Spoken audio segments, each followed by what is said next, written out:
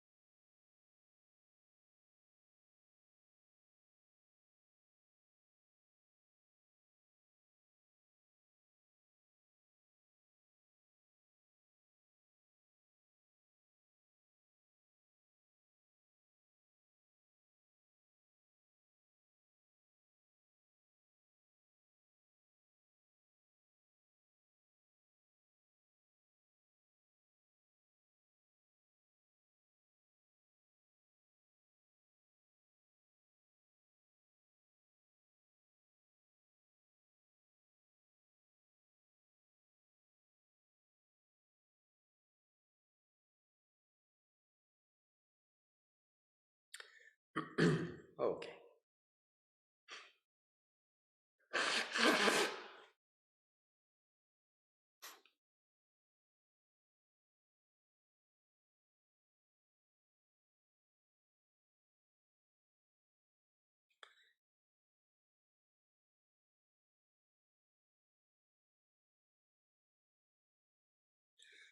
Okay, good morning. I will answer your questions now. So, dear Sriman, thank you for your answers. You are right that I'm in a hurry. It comes with my desire for freedom. Isn't that a good thing? Yes, it is a good thing. So, this comment about you being on a hurry, like I said, it's not judgment. I'm showing what is necessary. So, it's not about being a good thing or being a bad thing. It means that it is there.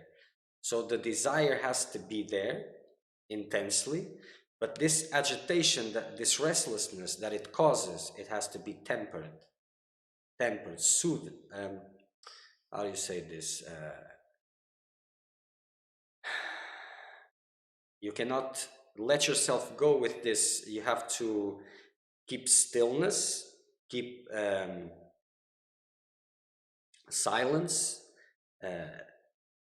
Don't let yourself get into this agitation. It's not about removing the desire, it isn't, but not letting yourself swing with the desire. So it's not about a good or bad, it's about being there and what needs to be done in relation to it. So the desire has to be there strongly, but this, you cannot let yourself go with this agitation of changing, doing this, doing that, and all of these things.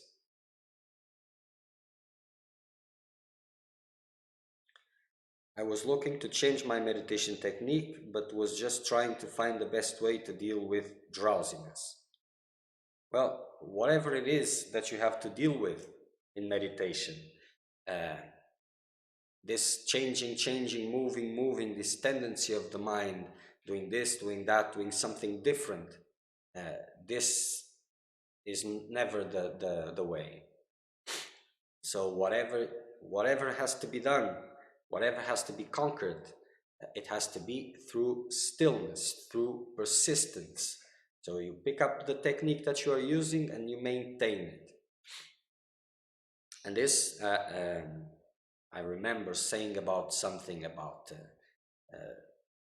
perhaps grabbing a technique and practicing for 2 hours, and then self-inquiry, for example. Just a direction, nothing more than that. And it is possible it's not contradicting from what I'm saying now. Whatever you do, it has to stand the test of time. See? So sometimes you spend more or less like 2 months, 3 months, 6 months, and nothing. Or sometimes even more, depends. Because everyone has the tests that it needs. So time tests also, and you have to stand the test of time, so that this restlessness can dissolve and this stillness increase.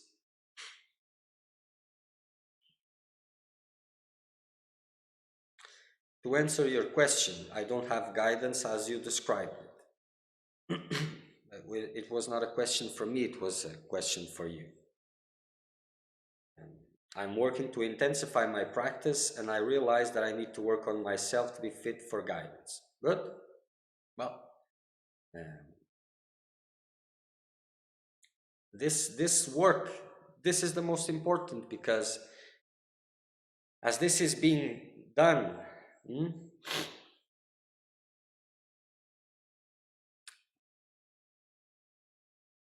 then it starts.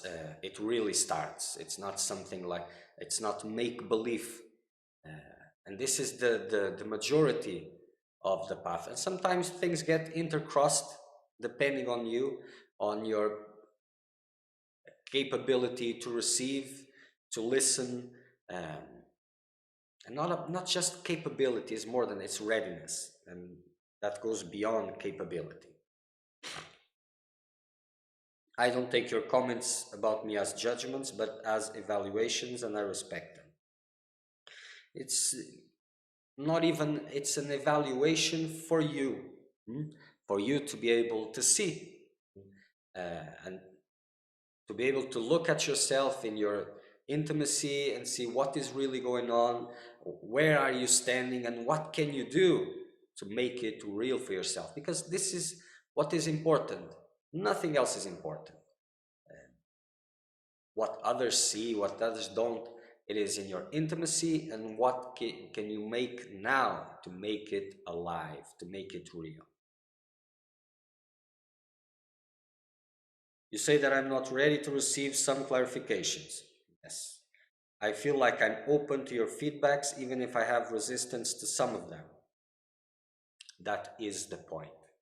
And I know that, for example, if you haven't made any work, or if you haven't made a lot of work, you wouldn't be able to, you wouldn't even be asking the same questions you were asking, but 4 years ago, 3 to 4 years ago, you wouldn't be asking these questions, and you wouldn't be able to listen to the answers that you have listened so far, and receiving them in the way that you have been receiving them. It would be impossible. So that means you have done a lot of work till now. But you see, this is the point. It's not about words that come to you, it's about the you that is receiving what is coming to you. And words are not just words, they are much more. And let's look at this.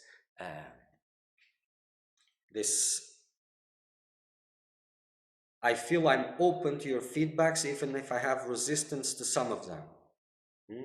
What does this mean, being open to feedbacks? So this goes back to what I've been pointing in the beginning, this VIP concept of the seeker of truth. And this has to be eliminated, because this is self-importance, is a lot of things. So in a way, you still have a lot of faith in what you're doing, in the control you have in your process. It's not all the faith, but there's still a lot of faith. In a way, you're not in a position that you see that if there is not a hand grabbing you, you will drown. So in a way, things in your quest are still in your control. You still feel this control. But you have matured, and now you're open to certain things that you were not previously, because of the fruits of your work. But that doesn't mean you're ready for it, because you see, guidance is different. Your time and mine, wasting words, because it's like just throwing seeds at concrete. They'll just toast in the sun and they will produce nothing, because readiness is not there. And guidance, to be ready for it, it's like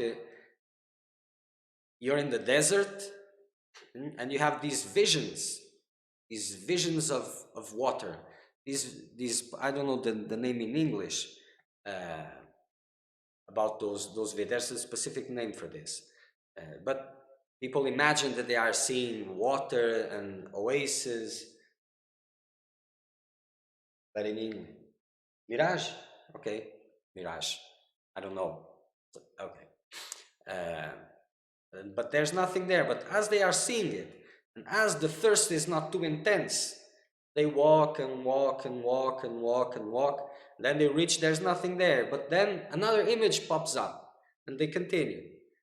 This has to come to a point. It has to come. It will come eventually if you're in the desert. You're not distracting with other things, because desert in this metaphor means your spiritual quest. And if you're really, really looking for water, eventually you will become thirsty, very thirsty. And you'll not just, in the beginning, if you're looking at that water, that place, and you're really up to that water, and someone comes with a glass of a different water, for example, you say, oh, nah, I'll just wait, I'll get that one. But then you walk, and after a few deceptions, maybe I'll take the water, maybe not. But you're not still honoring water. So when you realize that you're actually in a desert, and if you don't get water, you will die. then you're starting to realize and to become ready. Mm? Then the water that finally comes to your way, this uh, uh, this attitude, this way of standing before the water, it will not be as okay, I was not there, but okay, I'm open to drink the water. In that moment, when things are in the right place, you will take the water and you will drink it full of gratitude for the water. Because now that has reached the clarity in you and you are ready for that water. So this is the point of readiness. So this idea, I understand, but I understand that for you to have reached this point, a lot of work had to be done.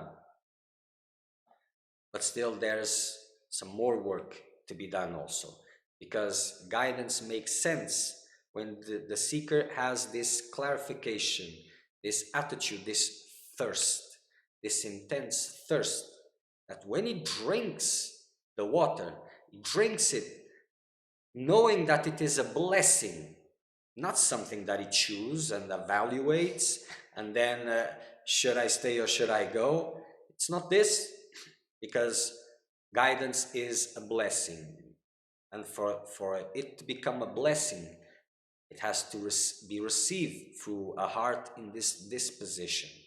So this is what makes a difference, if you're really ready or not for guidance. And that's, again, it is not evaluation, it is giving you the tools for you to want to evaluate better what you think, where you think you're standing. And you've been doing this because the way you're writing shows this. Not just that, but a lot of things would not be possible if you haven't, because like I said, 3 to 4 years ago, it would be impossible for you to be asking the same questions, receiving the answers, and reacting in that way to the answers. A lot of work had to be done for this to be possible. A lot of maturity. But still, that this inner disposition has to be there, or else it is pointless to extend the pointings, to go beyond what is being said. But I'm giving you what you need to make yourself ready if you want. So, but beyond that, this is the state that has to be there. And if the thirst is there, and if you intensify your practices, really intensify them, you will have to decrease other investments, because what is there that it is keeping you from acknowledging your thirst? The time that you are wasting, the illusions you are still feeding, and all of these things. So if you intense your meditation practice, intensify the periods of sittings, that by itself will reduce available time for other things, more or less, because you can always adapt, but it will help in that separation. And as you reduce investments in other things, you will concentrate them in your spiritual quest. Then, without these extra distractions, the thirst will increase more fast. And then it will be easier to, will become real.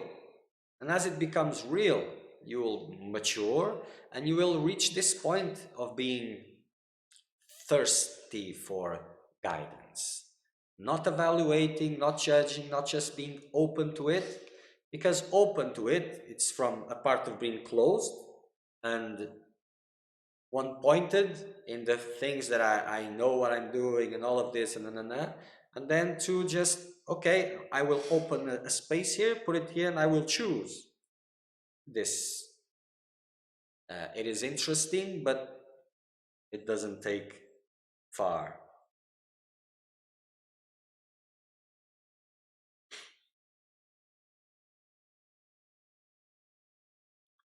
I would still like to hear your clarifications. If I can receive them now, then one day I will. Okay, my friend, let's wait for that day.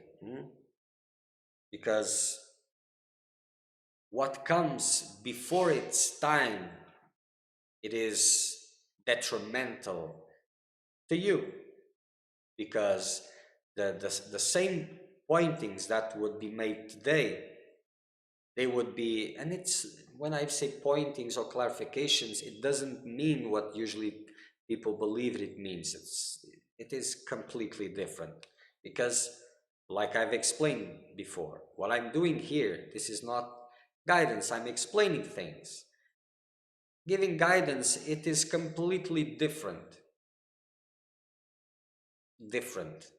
And for that, then, well, but let us wait for that day.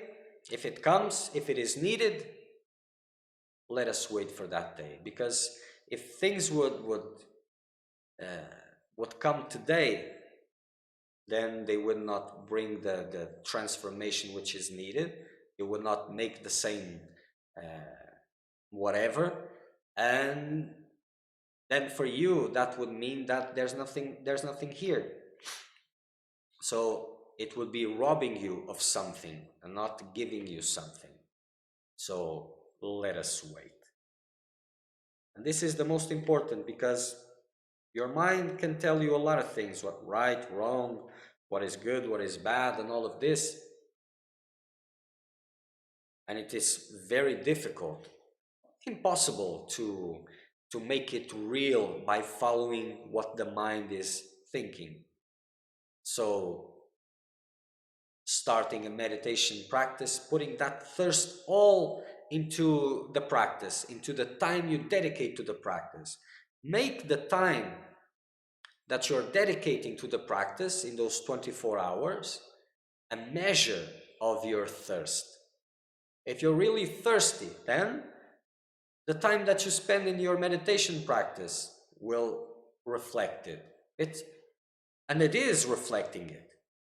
If you're looking to your meditation practice in those 24 hours, what part of the day you're doing meditation versus the rest, then you will see, so I'm dedicating this to the practice. Is this really my thirst? If it corresponds, good. If it is too little, then increase it until your fire begins. When fire begins, when the life of the process comes, then follow what it is pointing you. What it is pointing you, where it is pointing you, follow it without hesitation. Without hesitation. Then it's not about this philosophy, that philosophy, this master, that master, this thing, that thing. It is what guidance is pointing. And you may be lost in the middle of so many impressions and so many things. And that is what guidance is there for.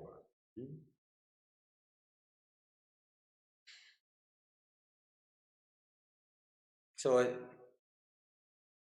these evaluations, they are important for you to get a feedback, so that you can put things into place, remove them from where they are not well, and put them where they can have the best use, and make your time,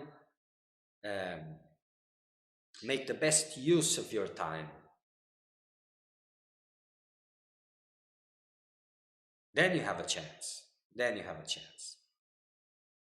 And even sometimes the beginning, this becoming, start your own fire and becoming worthy for guidance and all of this, sometimes it seems very hard and it takes a long time, and you imagine that then it will start, then it will take the same time, but it doesn't. As you get more prepared, things become faster and faster.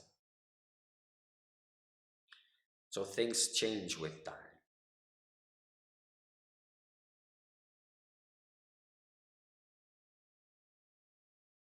And as you are intensifying your practices, increasing them, then eventually you will have to make decisions. You will have to face some fears, because these choosing, should I embrace the fear, surrender to the fear, and stop what I'm doing and say and do what the fear is telling me, or for the divine quest, I will go through my fears, I will rise above them, I will face whatever is needed. This is part of this becoming ready, of this readiness. And readiness, it's like a soil, if it is fertile or if it's not fertile. So this is the kind of readiness. By fertile, it means that the type of humidity needed, the type of nutrients in the land needed, all are there. All the conditions are there for the seed to sprout. And if you're just moving around and trying to find the best seed, like not understanding anything about seeds, then you're just wasting time. And if you find anything, you will go back and plant it and say it was a bad seed. It wasn't. The soil was not good. Because when the soil is good, even a bad seed sprouts.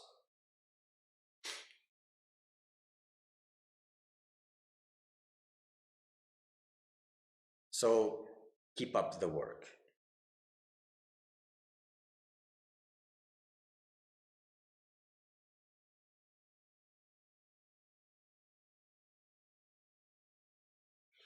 Okay, Peter, is the healing of the childhood wound of unworthiness in the hands of grace, or is there a process? I sense underlying guilt, shame, fear. It seems the mind self-hates and self-punishes, which results in suffering. It believes it will be pardoned by a higher power if it does penance by suffering. Maybe God will give absolution. It's what the mind believes. See, it's like a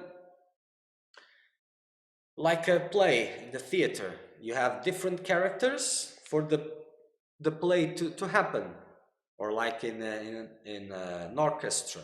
You have different instruments to produce a musical play. So all these things, uh, they are just mechanisms, lifeless mechanisms, that are there to make you important, bound, to give importance to these mechanisms, believing them to be real, and all of these things. So when you go back, oh, so this happened, I'm like this because childhood, all these things happen, so I will try and heal all these things. This is very interesting and varies, but you're just giving credibility to these structures. And this brings very little result in terms of freedom. See?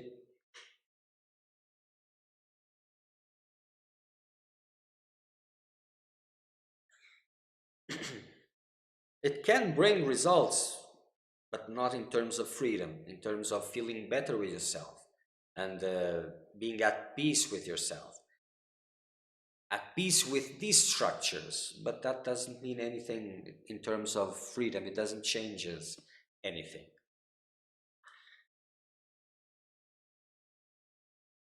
So these feelings, the story had to begin somewhere, and it had to be some kind of a story. Uh, you have that story, others have other stories, and they are not better or worse. They are just different, and by different, they are the same.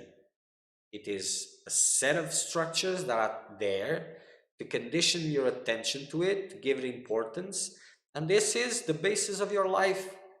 These expectations about uh, now about God and the divine, to give a hand there. Before it was the worldly and the circumstances and relationships and all of this. So it has been transferred. So like this, then we can understand this procrastination that you were talking about, because it fits perfectly.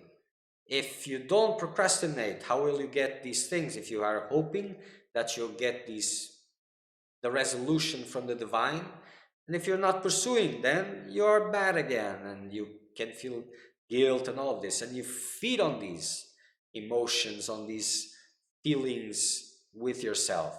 It is a constant food that makes your world balanced, whatever that means.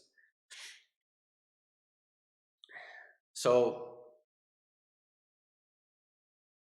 as you sit still, you sit in stillness and you observe the resistance to be there, and you let go that resistance.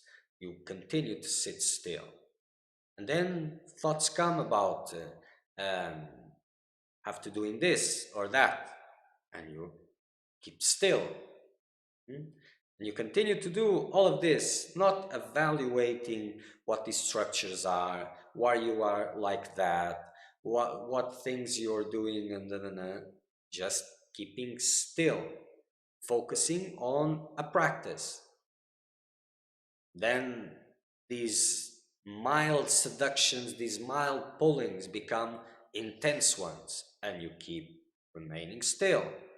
And then it's like it becomes so intense that it's like cutting your own guts, and you remain still. It's like you're destroying and falling apart and going to explode, and you remain still.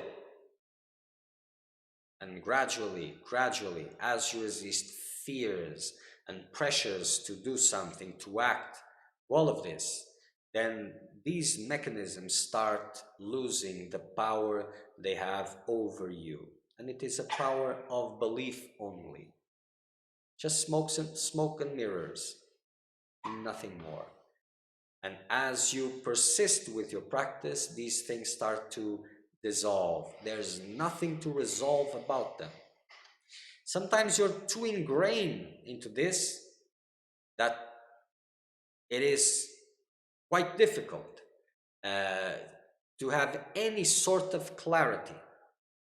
But if you persist in this and keeping this distance from what it is arising in that intimate space of perception, eventually it will lose the power it has. The more you try to understand, the more you're giving credibility to that importance, reality, something that it doesn't have by itself. It doesn't. Nothing was ever touched. Nothing has ever happened.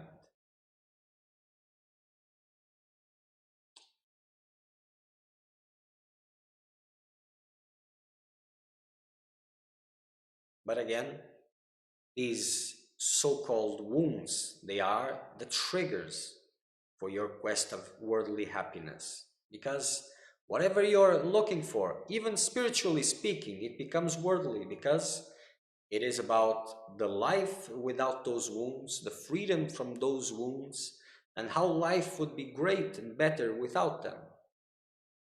And for the majority, the quest for freedom becomes a means to bring about this perfect image of the character, happy, free from its wounds, and enjoying life.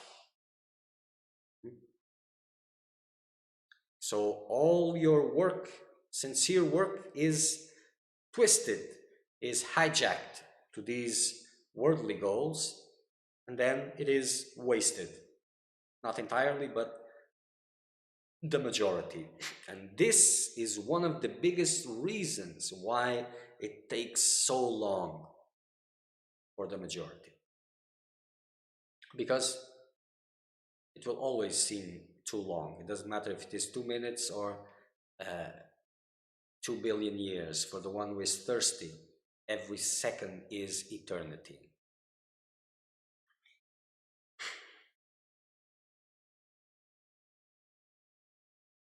But observe, what you're describing here is a circle.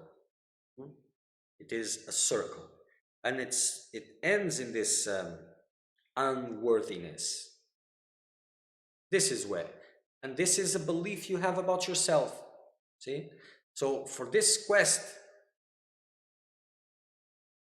one thing it needs to be there, and then you have to stand up for this. There must be, as long as there is a relationship with yourself where one seems to be two that are in a conflict, one that doesn't forgives the other, that blah blah blah blah blah, as long as this seems to be there, so let us make peace. Because if you haven't done better, it's because you couldn't. It's like uh, demanding a 2-year-old child to to sing a music or do something a lot complex, and then complaining that it couldn't. It just helped the child to grow, and then it will do whatever it has to do perfectly, whatever that means. So this, as long as there's nothing else, this peace has to be there. So when these dialogues come, you are able to gain distance from that. So there's the voice of guilt. But what voice is this? Isn't this my voice? Haven't I done the best that I could? Oh, but you could have done this and that. If I could, I would. If I didn't, I couldn't. Period. Let established silence.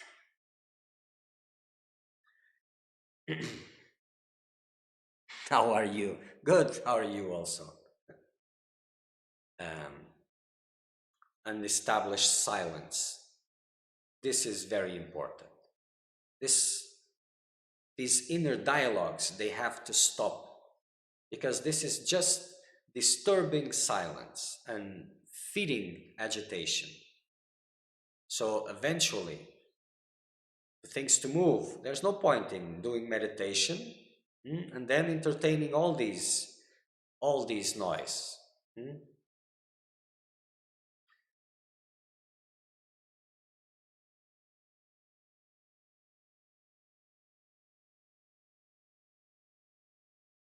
So all these conversations, these inner conversations, they have to stop.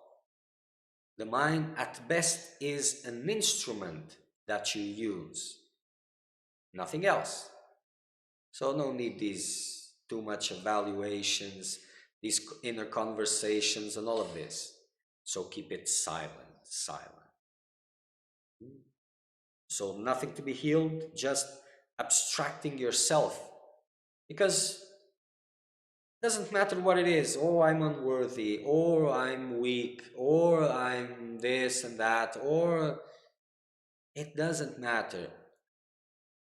All of these things come just to keep you distracted. That's it. And if you believe it, then there you go again. Another ride, and another ride, and another ride, and another ride.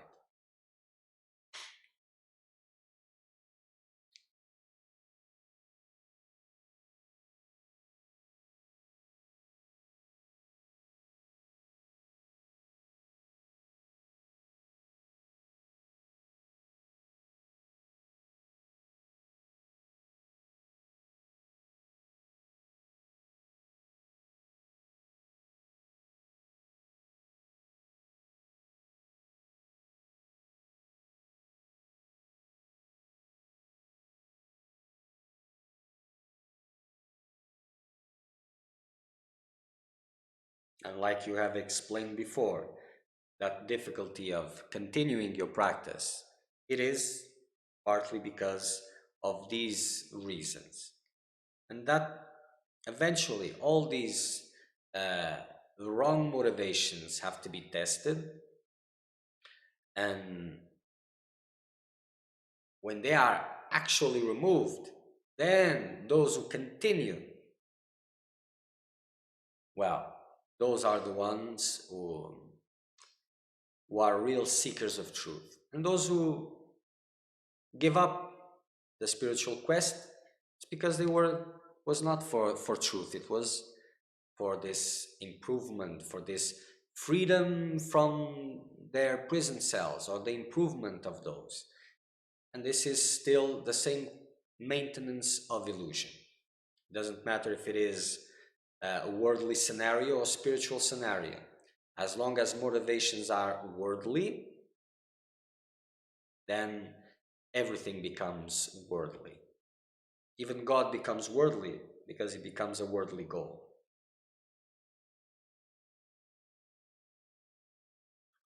And it cannot grow, that process cannot move, it cannot, so it remains at the beginning stage. I start my practices, then I give up my practices, then I go back again, and then I remove, and I read some more, and read this, and read that, and read this, and read that.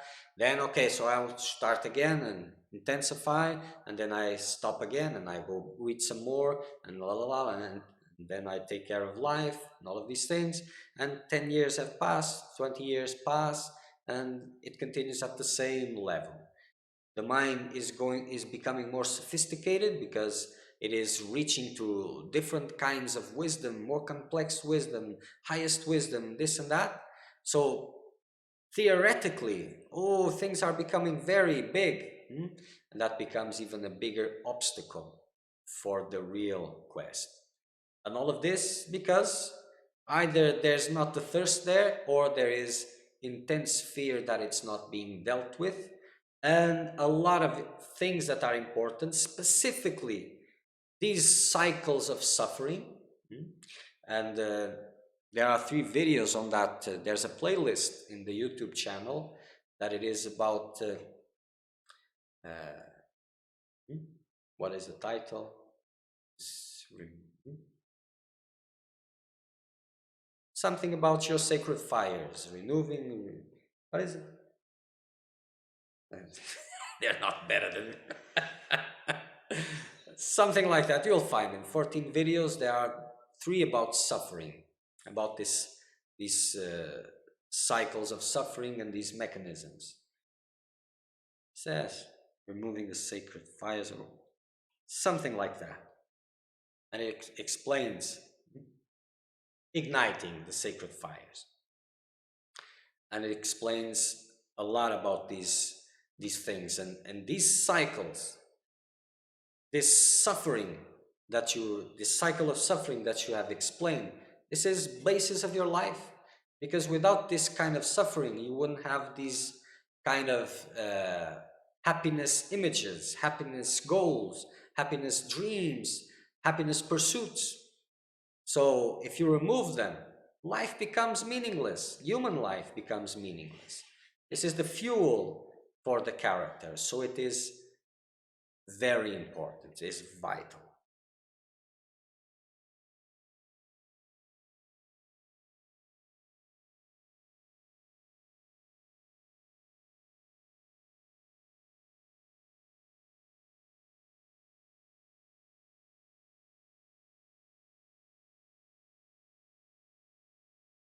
Okay.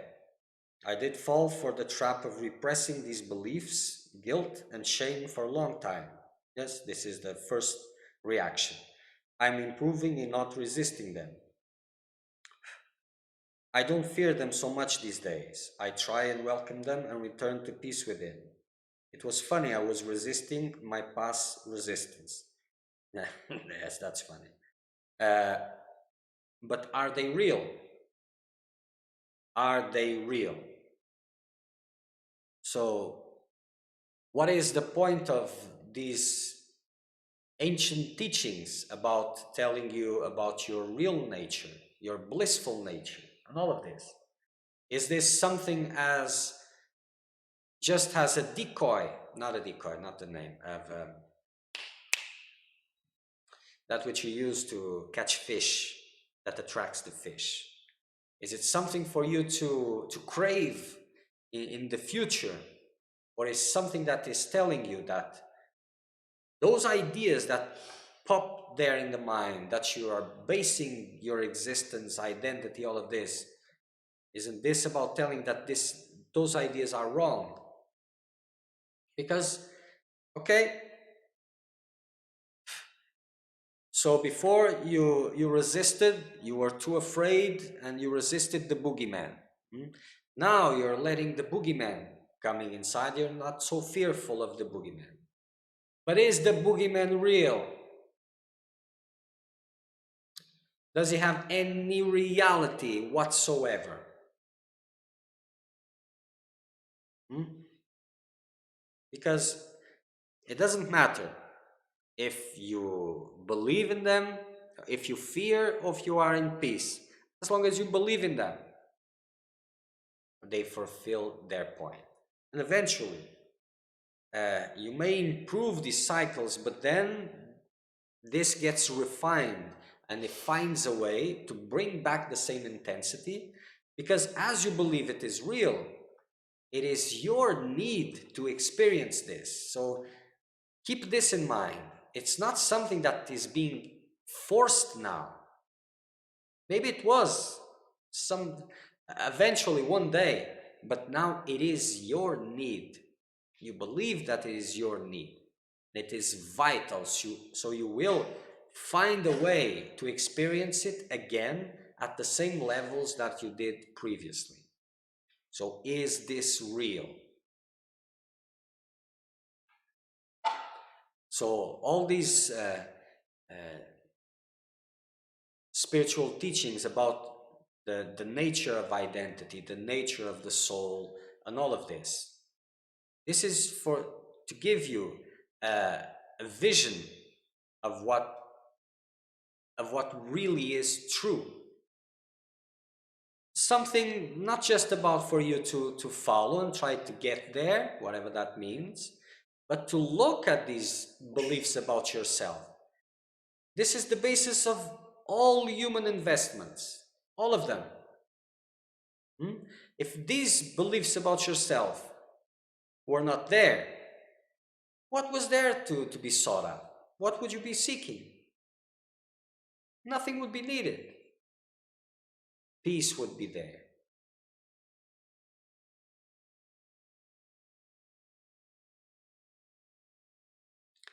So is it real? And it isn't. Hmm?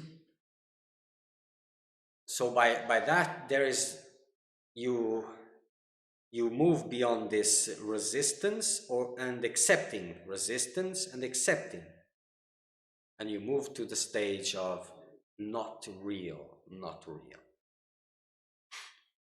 Do you understand the difference? If you don't, well, you can ask a little better.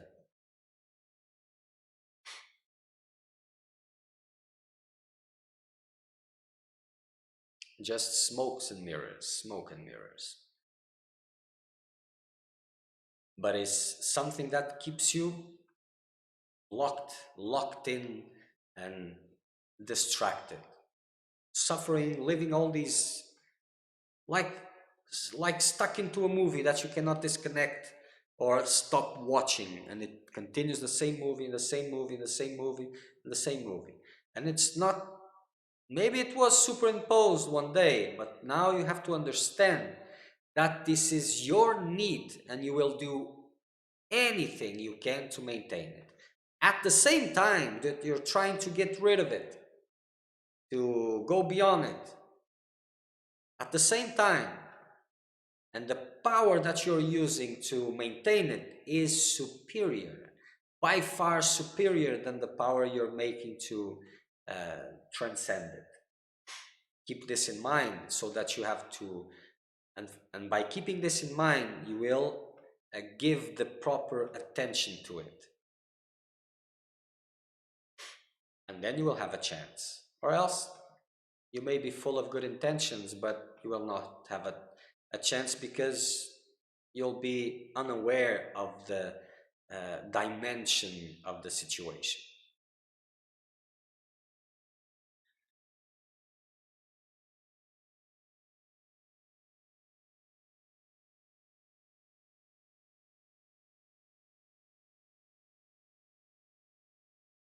Okay.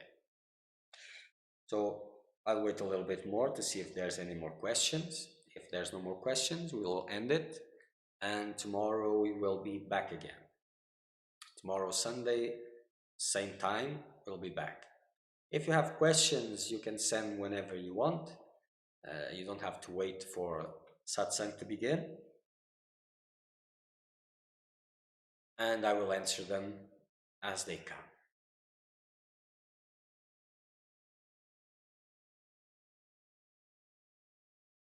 For those who want to start, to begin, and to have a little vision of more or less the whole process,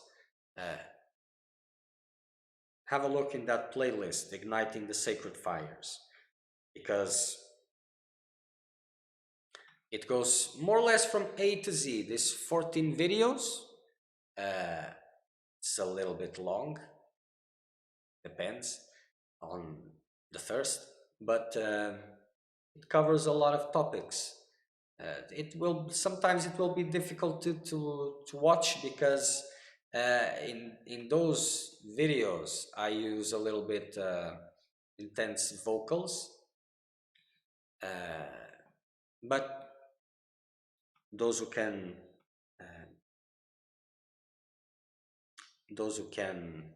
uh, use it, it will be very good. Okay, they seem to have an hypnotic quality about them. Attention on them seems to give them life. Yes, when attention is off them, their energy dissipates. Yes, it is like this. But this level that I was mentioning, this will dissolve this deep roots of these mechanisms, deep roots. Like I said, rejecting or accepting, it is still believing. And you remove, it's like it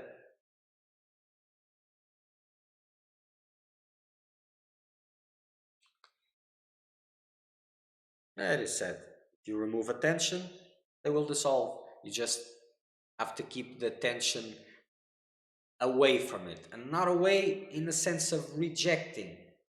It's not that. You'll figure it out eventually. Okay. So that 14 video series, it is very complete. The first ones are about the seeker of truth, the qualities of the seeker of truth, the attitudes, the way he behaves towards the path. And it gives you a vision of where you stand, what you need to cultivate, in which direction work will be more useful. If you have these things, if you don't, it will give you a clear image. So it covers a lot of topics, these 14 videos. And in this time, well, I think everyone is having available time in this moment that the world is going through. So a suggestion to make your time.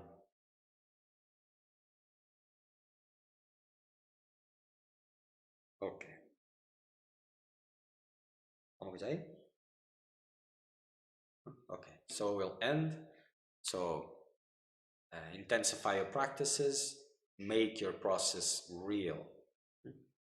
See you tomorrow.